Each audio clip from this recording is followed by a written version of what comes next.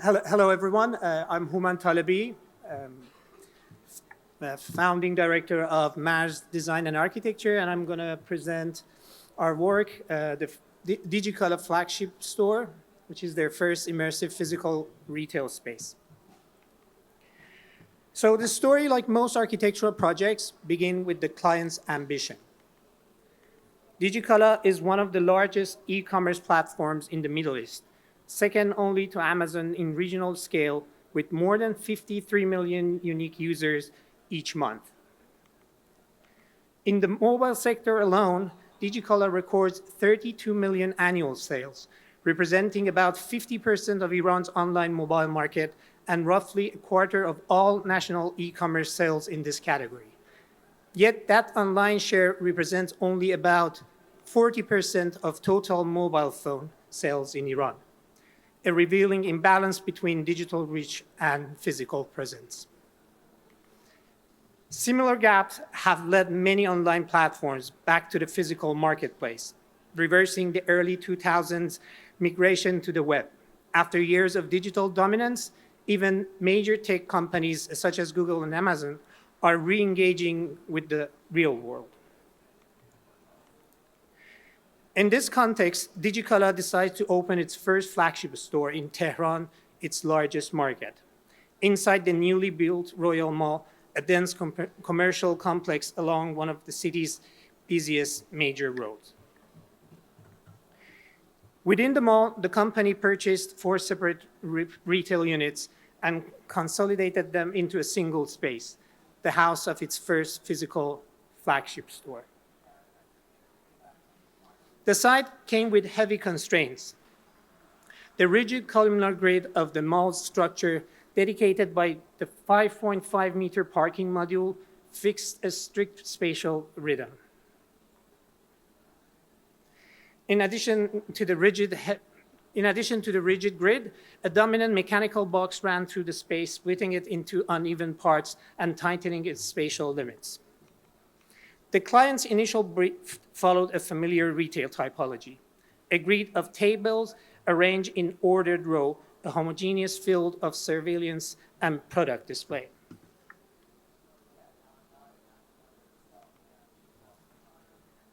But for a brand that had transformed the landscape of online retail, what could a physical space offer that the digital realm could not? We propose a new vision, replacing the conventional logic of a display with an experience that unfolds at a different pace, where browsing becomes quick and peripheral, while presence is drawn to the center, making experience rather than product the core of the space. To translate this into architecture, we inserted 3 circular spaces of experience. These portals soften the rigid structure grid, turning a Cartesian framework into a fluid spatial field. We then introduced a second device, a continuous spiral display that coils around the portals and extends across the divided floor, binding the store into a single legible whole while organizing circulation and product flow.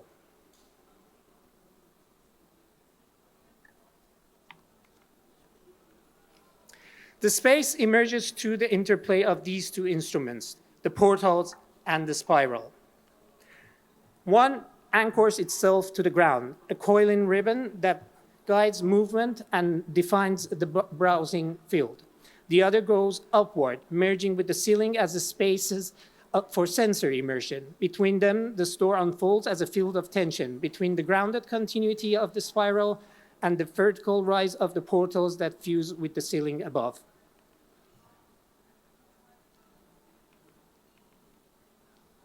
The first device, the spiral display, coils around the portals as both a unifying and navigational element. It integrates product display, sales stations, and customer services, as well as waiting zones into a single continuous gesture that appears to grow from the floor.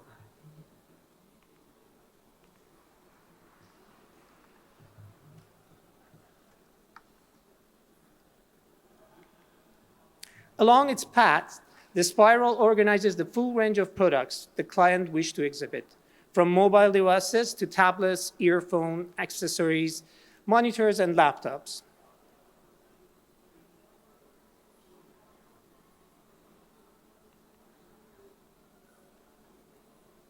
The second device, the experience portals, rise to merge with the ceiling, asserting a strong spatial presence through their scale and geometric gesture. At the center of the store, three cylindrical capsules conceals their entrance from the main entrance, which is at the bottom, waiting to be found rather than announced. Each portal opens a distinct sensory environment. One is dedicated to sound, an adaptive chamber that reacts to the music played through the headphones and speakers being, sorry, the sound is not playing. Excuse me, the sound.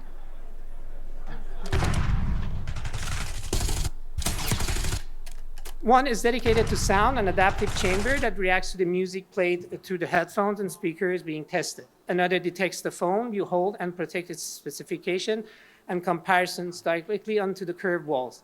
The third is a gaming capsules where ambient light and color responds to the mood of the game. Working with a UX design team, we integrated sensors and responsive systems into the portals, allowing digital interaction to unfold architecturally, transforming technology into a spatial experience.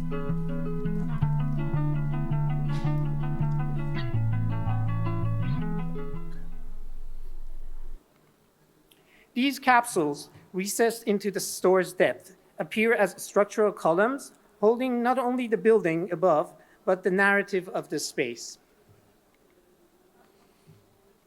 From inside, it connects to the life of the city, softening the boundary between store and public space. From outside, the arches between them reveal fragments of activity within.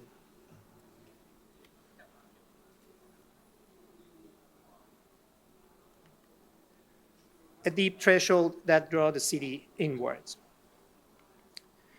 Between the three portals, the mall entrance, we introduced a digital gallery, a mediating zone where large curved screens flow over the portal's outer surfaces, linking the flagship to the mall and dissolving the boundary between the two. The gallery shifts between curated digital art and focused displays presenting new and flagship products. However, building it was a demanding process. With limited time, modest budget, and no access to digital fabrication facilities capable of producing panelized or modular surfaces, every decision became a negotiation between design intent and available means. Amid political and financial uncertainty, this client compressed the entire process, from demolition and design to the construction of an integrated technology-embedded interior, all completed in under 6 months.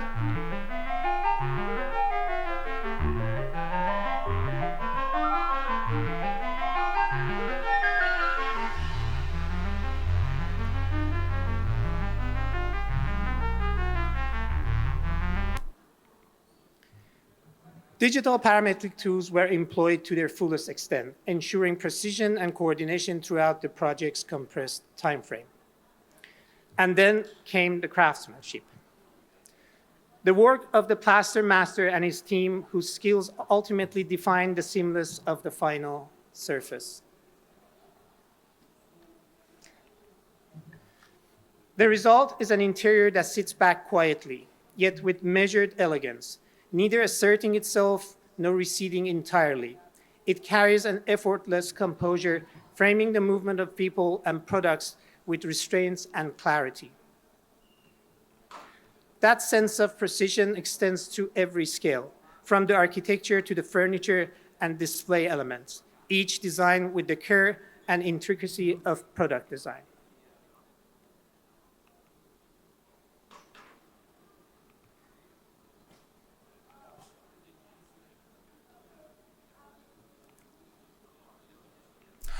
The project defines a new physical and experiential identity for Digicala, transforming its digital presence into a spatial platform that deepens and elevates the way people encounter the brand.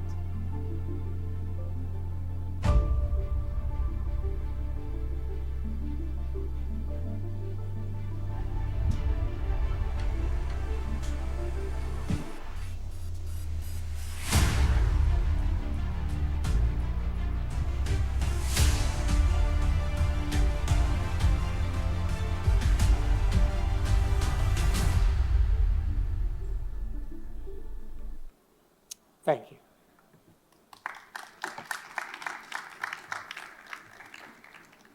I'm going to ask Adrian to start the... You want me to start? Yes, because it was Johnny last time, so it's your turn now. You want to collect your thoughts? Yeah, maybe. Do you want to start? Do you have a... I just have a question about the amount of, well, it looks like the amount of steel work that you use to produce those 3 volumes in the middle of the space.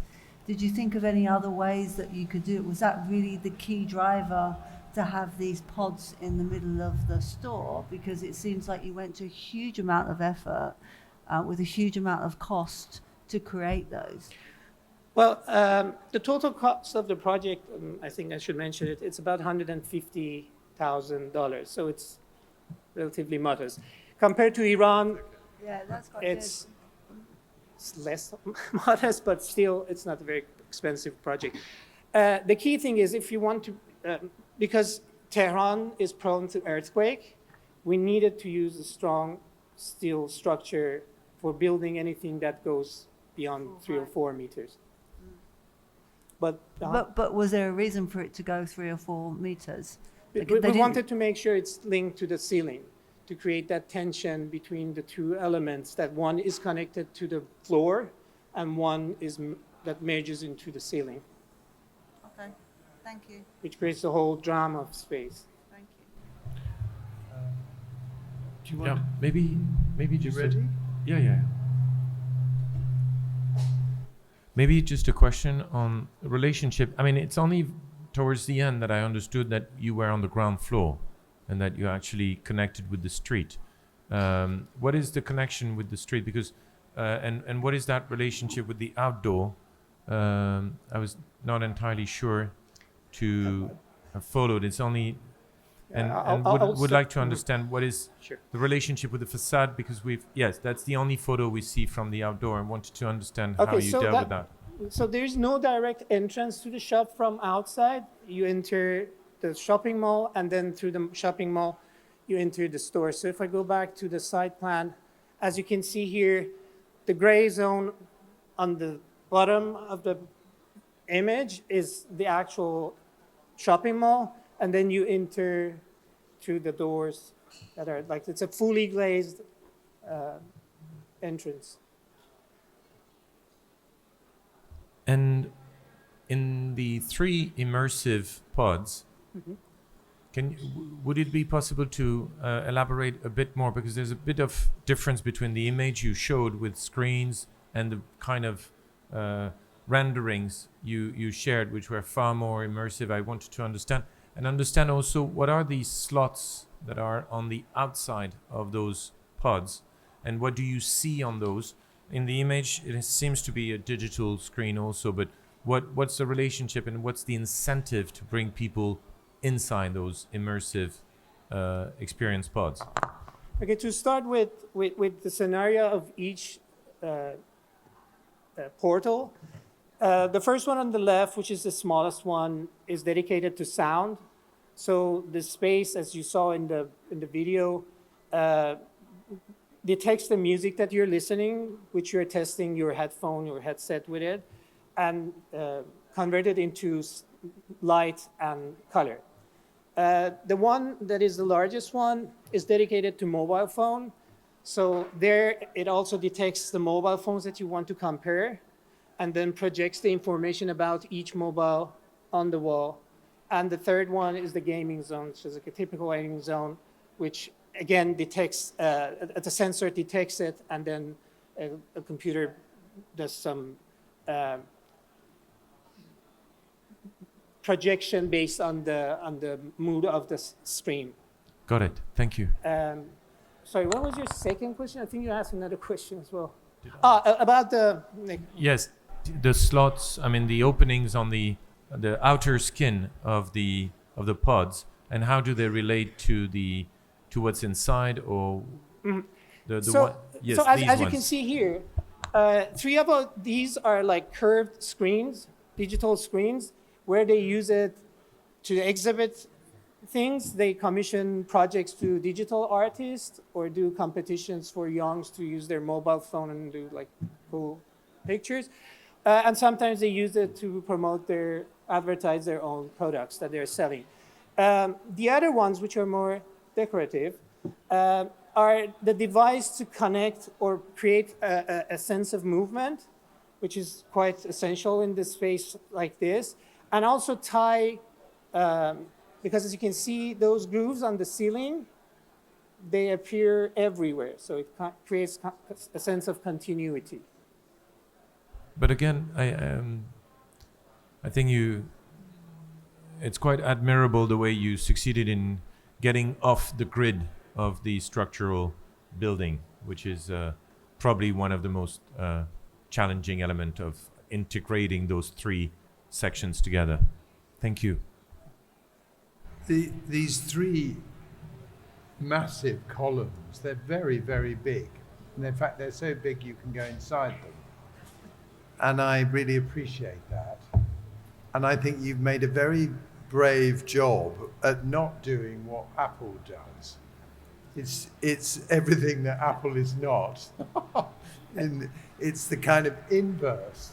So congratulations with that, because I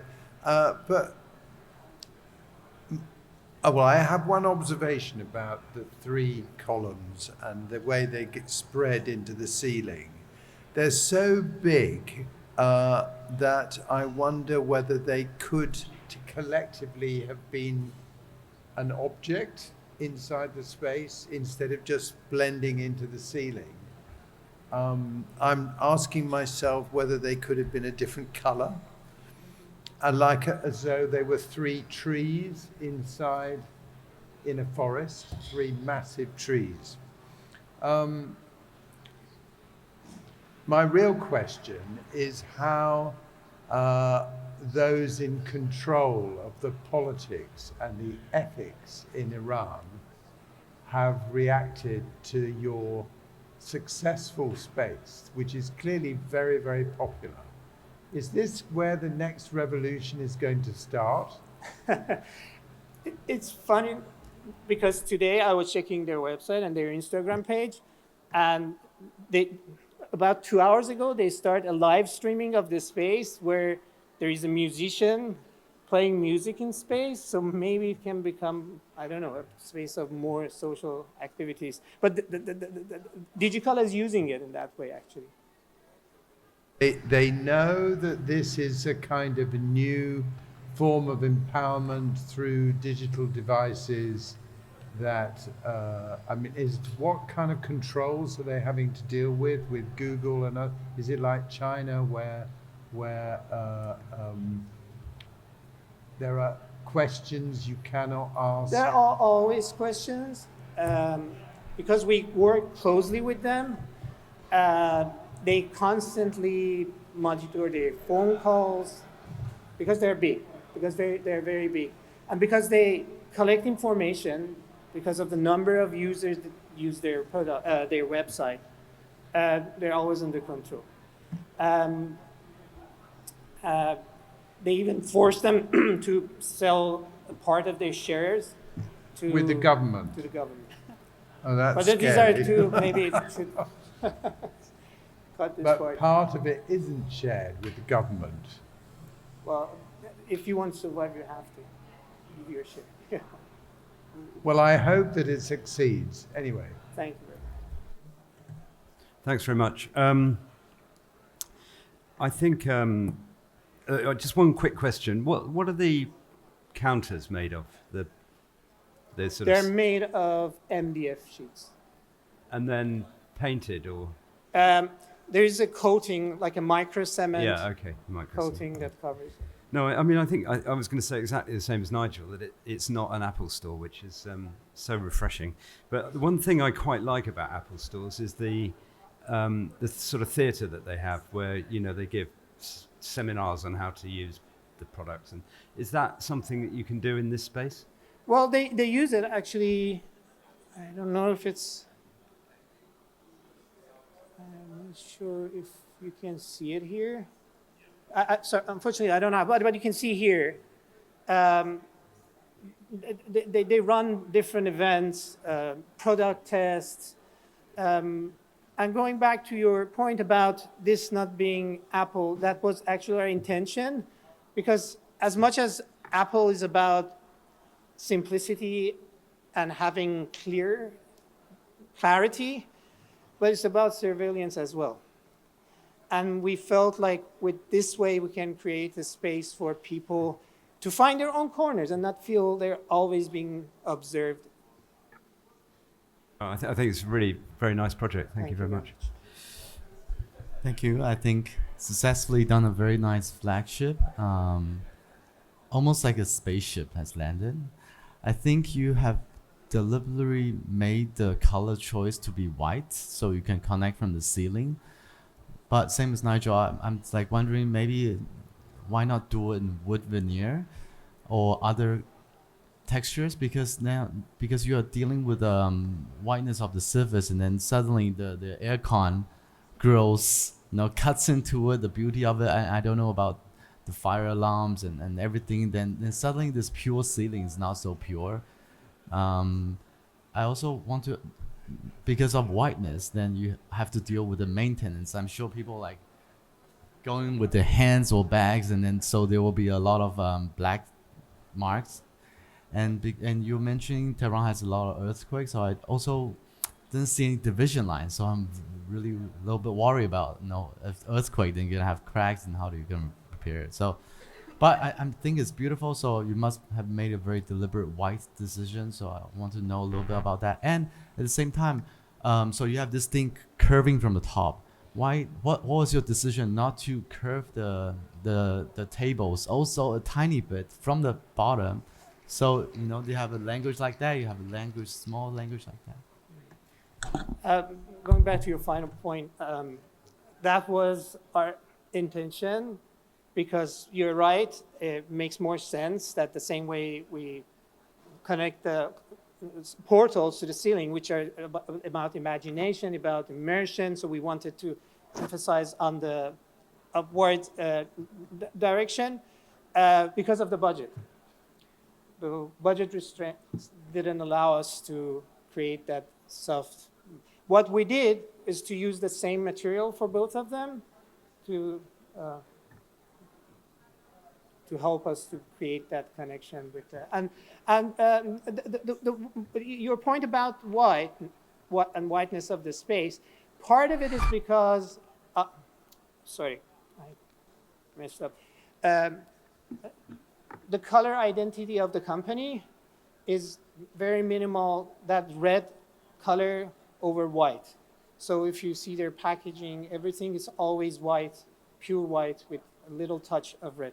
So after studying different color options, we decided to go for that. It's also very neutral, so it allows the products to stand out.